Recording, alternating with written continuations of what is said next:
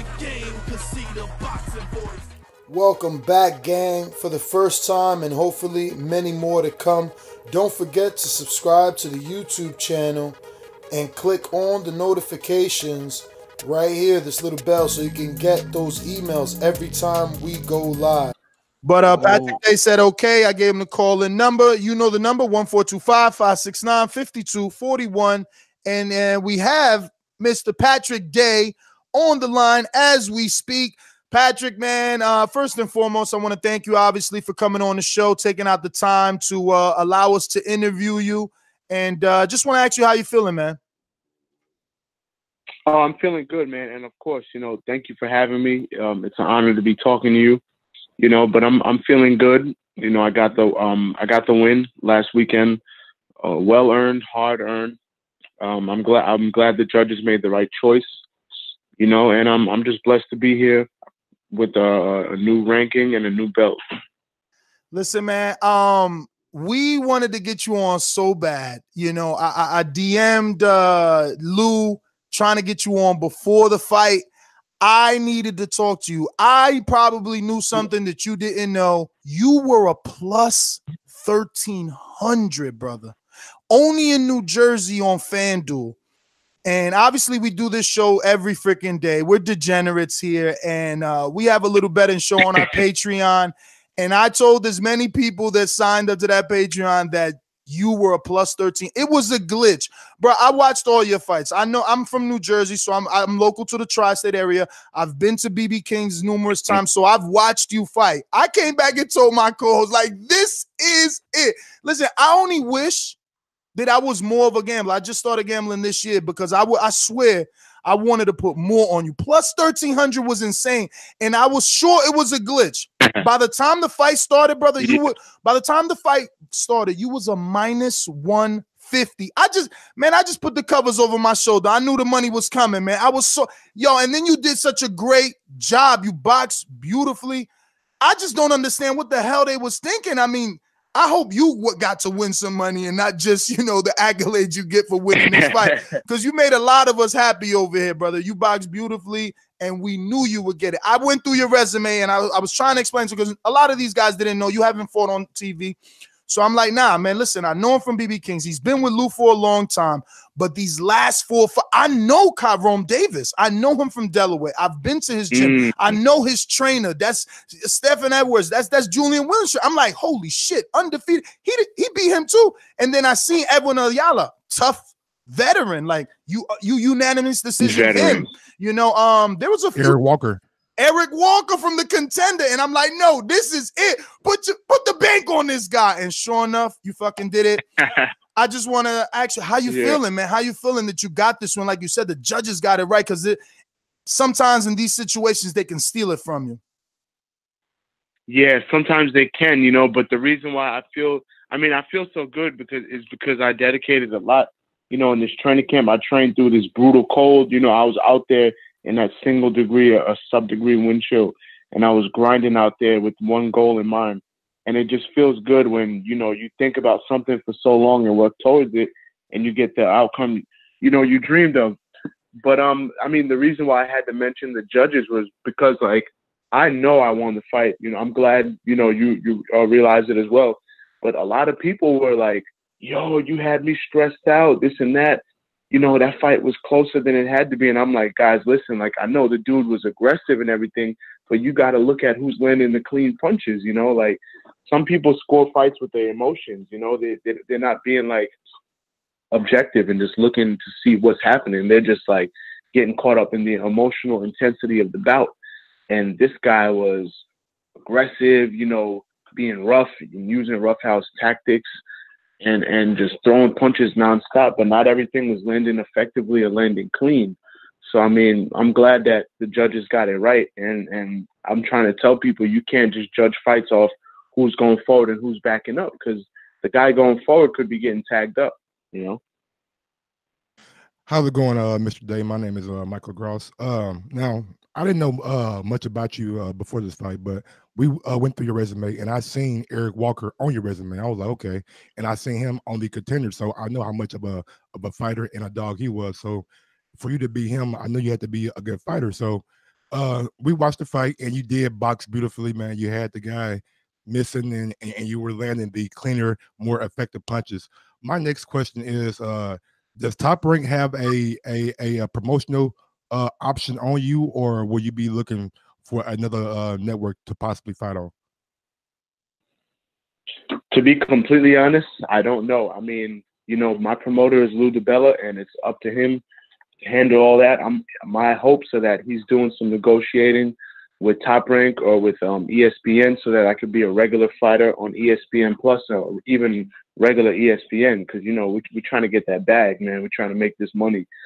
So, and I need to be on these networks because I have the boxing ability and the skill to really sway some fans back over to boxing. You know, because a lot of people keep talking about MMA and how boxing is suffering, but they don't even know that there's fighters like me who exist and many more, you know. So I just hope that, I know that something good is going to come from my win this past weekend. And I'm going to be a regular network fighter, whether it's ESPN, ESPN Plus, DAZN, Showtime, PBC. Lou DiBella has connections with everybody, and that's my advantage. You know, my promoter has a big diversity in who he does business with, so I can be on any network. Now, Patrick, hey, what's going on? This is Mario Munguia. Now, I wanted to ask you because, you know, I just like Ness said, I knew Kyron Davis. I know how talented he was. You beat him. Eric Walker, that same fight, you came in. I think it was the same type of position you were put in. I'm wondering, in your opinion, because obviously you knew that you were the man coming in these fights, right? But how do you think these fights were presented to the other fighter? Do you think that they were like, okay, you're going to get Patrick Day, we're going to come in and get this win? Like, how do you think they were presented? Because for the odds to be stacked the way they were, it's crazy. And I was trying to find, I was wondering what the odds were in the other fights, you know what I mean? Because, I mean, I'm sure that they could have been betted on, but I was wondering what those odds were. I couldn't find them. But how do you think these fights are being presented to your opponents? I mean, you know, they're not telling them, obviously, he upset the apple card this time and that time and that time and this time. So what do you think it is for these other guys? Oh, these other guys, man, they're getting caught in their sleep. It's like a bad dream after they fought me. It's like they're living a nightmare, you know, because these guys are like, when they see me, you know, and they're looking in my eyes, I see that confidence, and I could tell that they think I'm food. And in the back of my head, I'm just thinking, man, you have no clue what you're about to get yourself into. And this fight is being presented to them as, hey, this kid Patrick Day got a belt, he got a couple of big wins, but you know, this kid is a flop, you know, he's a fluke, and he's not the real deal, man. And he's got a ranking. Let's go fight this kid and eat and take what he's got. But in reality, it's me who's eating their lunch and you know, snatching their soul, because they're over here with false confidence, like not false confidence, but like they just don't know. They're ignorant to the fact that I'm such a good fighter, you know, and that I've been tested before, suffered you know, adversity, been through obstacles and overcame that.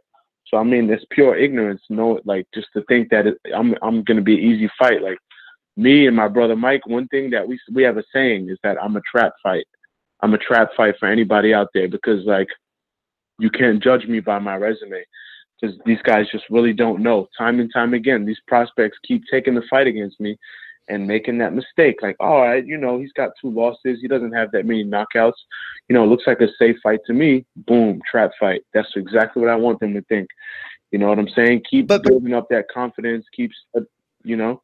But isn't it a problem, though, if you keep winning these fights? I mean, aren't people going to – I mean, are you afraid of being avoided at this point? Are you afraid of not getting that big fight because people are going to be like, oh, man, he keeps beating people that he's not supposed to beat or that we don't think he should beat, so we're going to avoid him? I mean, you're not afraid of becoming an avoided fighter in the division?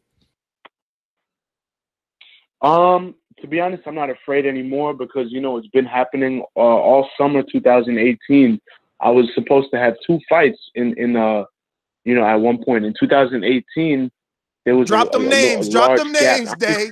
Drop them names, Day. Yeah, I mean, I was first and foremost, I was matched up in October originally to fight Willie Nelson, you know, former number 5 ranked WBC contender. You know, he fought for an eliminator. He's been up there in the game, you know. And I was really looking forward to that fight, and so was the WBC, because it was a big step up for me. And Willie 1 week before the fight, pulled out, claimed that he broke his hand, you know. So we're like, all right, you know, you break your hand 1 week before the fight. Like, what are you doing? Training is supposed to be pretty much over 1 week before the fight, you know. So that was a shock. And thank God Elvin Ayala stepped up to the plate, or else we wouldn't have had anybody to fight. But there was, over the summer, man, there was a few. Terrell Gausha didn't want any parts of me.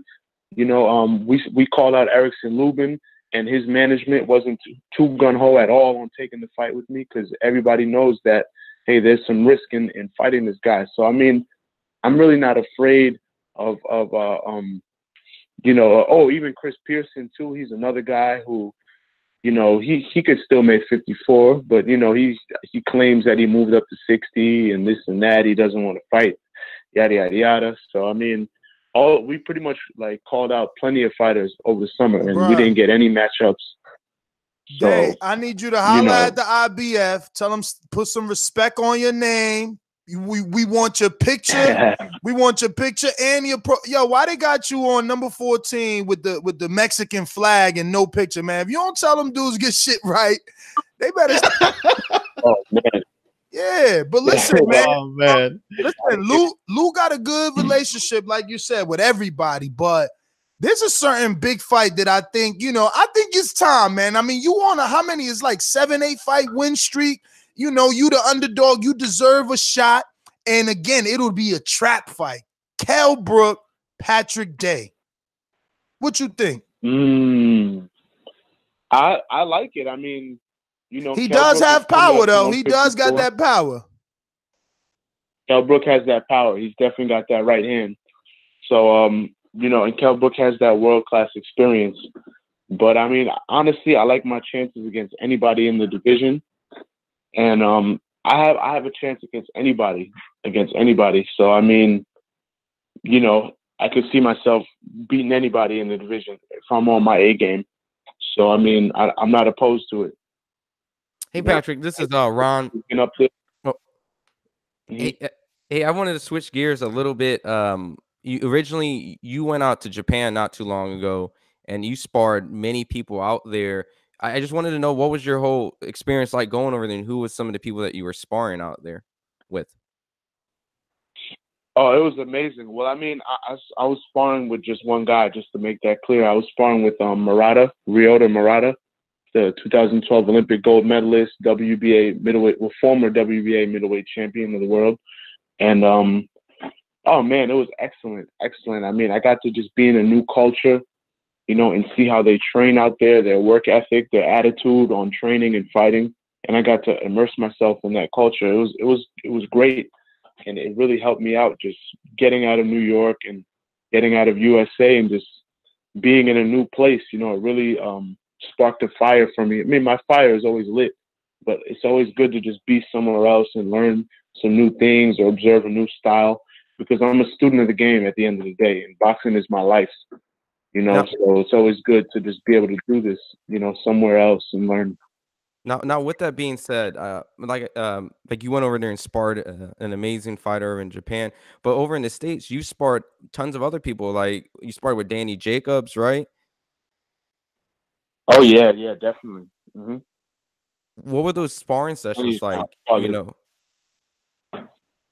Oh, but Danny, I mean, Danny Jacobs is like the best fighter I've been in the ring with. He's so intelligent. He's just amazing. He's a physical specimen, you know, but not only is he just a physical specimen, he's like a genius in the ring. He's so smart, slick, crafty, strong. So, I mean, sparring with him, I really got to just, you know, of course I was giving him my best in sparring, but I was also watching him and learning from him, because he is the master. And Danny Jacobs is the king of New York, you know, so I was in the ring with him, and as I'm sparring him, I'm seeing some of the stuff he's doing to me, and I'm like, oh my God, I'm just like putting it in my my reservoir, you know, adding it to my bag of tricks. But I mean, I've also sparred with other great fighters like, you know, Sergey Derevyanchenko, Yevgen Hitrov. You know, I've done sparring with Luis Collazo before. You know, like anyone in New York with a name or with any type of stature, I've been in the ring with, because everybody knows in New York that I supply that work. So, you know. How's it going, Mr. Day? Michael again. I just want to ask you, like, who do you see being like your next opponent, like to get you to that next step or like to that next level? Is there anybody like you want to call out live on TBV? There's so many prospects out there. 154 is probably the deepest division of prospects, so this could go in so many different ways and directions. To be completely honest, I do not know. I don't have my eyes set on anybody. I don't have my eyes set on one specific boxer. I'm skilled. I'm in shape. I live a healthy life, and I'm willing to fight anybody in the top 15 at 104 pounds. I got one for you. He's on Top Rank. Who's that?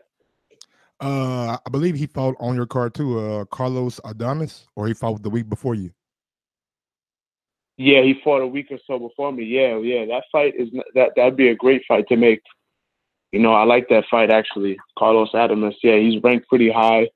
You know, he has a very high ranking. He has a big punch, but yeah. I mean, I'm open to it. You know, I have no nothing, you know, against that fight. And if it can be made, then let's make it. You know, pay me the money because you know now I'm in the top 15 and I'm gonna be fighting world-class fighters.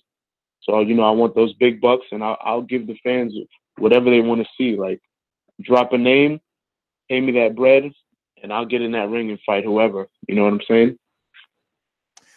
So, Patrick, do you watch boxing much? Oh man, I watch boxing every day, all the time. I mean, not all day long, but like I make it a point to, you know, watch a little bit of boxing every day, whether it's footage from the 80s, the 70s, or whether it's a recent fight that just popped up in my brain that I feel like I could learn from. You know, I love studying fighters like Danny Jacobs, Terrence Crawford, you know, Mikey Garcia and Keith Thurman. Yeah, absolutely, man. He's a great fighter. You know, I just love studying guys, you know, old school guys, Sugar Ray Leonard, Roberto Duran. I love studying these guys. Yo, I'm so biased. Listen, so there was a fight over the weekend, Ted Cheeseman versus Sergio Garcia. Did you watch that one? Probably not. It's UK fight, DAZN. Okay. No, I didn't see it. But it was in your division. Ted Cheeseman was a pretty highly touted prospect. And then you got Sergio Martinez. He was a Spaniard, came out of nowhere as the underdog. 29-0, 13 KOs, and he got the upset win on Cheeseman. I was interested to see if you watched him box because, again, he wasn't expected to win, didn't have a lot of power, but boxed really well in that fight. And obviously now is a player in the division. Okay, so I guess that's somebody or a fight I need to go back and watch myself. You know, I always try to keep my eyes open, you know, on the 154-pound neighborhood. And like who's making noise, who's a legitimate contender, who's a prospect on the rise. So I try to just, of course, you can't know every single fighter in the division. It's impossible because there's so many guys out there. But like, you know, that little neighborhood of like world class or fast rising prospect, I always try to keep my eyes on. So I'll definitely keep Sergio Garcia's name in mind. I believe he's from Spain. I know who he is. I just haven't seen him fight. Yeah, but I believe he's a Spaniard. Yep. That's okay. Him. Okay.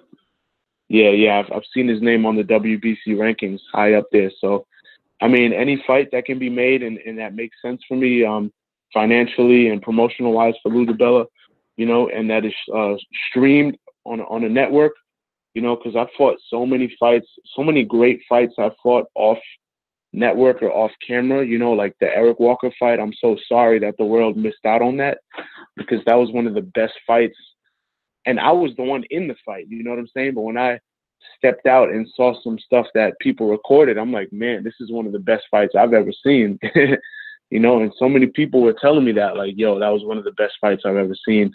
You know, I fought in 2016, I fought a number 10 ranked WBO contender named Virgilius Stapilionis. Not many people know him, but he was a beast.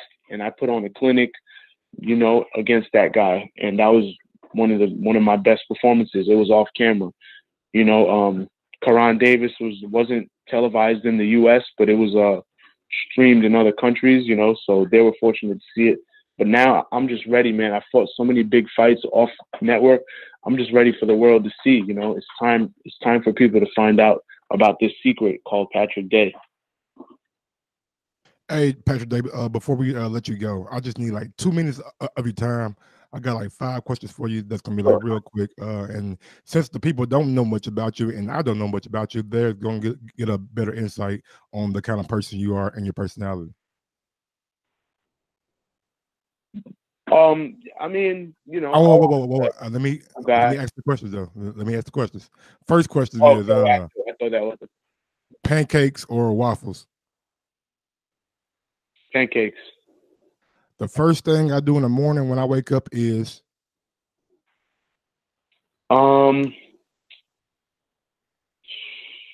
that's hard. You know, some days I'm spiritual and meditate. Other days I just roll over and grab my phone. my favorite fighter growing up was. Sugar Ray Leonard. If I could live in one period in time that's not this current period, it would be 1980s. What is the final like lasting memory that you want to leave on boxing? The final lasting memory that I want to leave on the sport of boxing is that, you know, there's great fighters out there who could provide entertaining fights, but could also, you know, influence people positively. Not all boxers are, you know, thugs or goons or gang members or you know, violent or rude, obnoxious people. You know, I'm a college graduate, you know, and I was raised well by a good family. And I'm not from the hood. I'm not from the ghetto or the slums, but that doesn't make me a punk either. I still know how to fight. And boxers, honestly, are just regular people like anybody. We just know how to fight. We love how to fight. And we have a warrior spirit in our heart. So, I mean, we're no different from anybody else. We just have that warrior spirit and that warrior identity. And we take the route that nourishes that spirit. That's all. If you could listen to 3 albums or 3 artists for the rest of your life, they would be? Oh, man, I know Nas would be one of them. Oh man, that's so tough, man. There's so much music genres. You know, maybe Michael Jackson, another one. And man,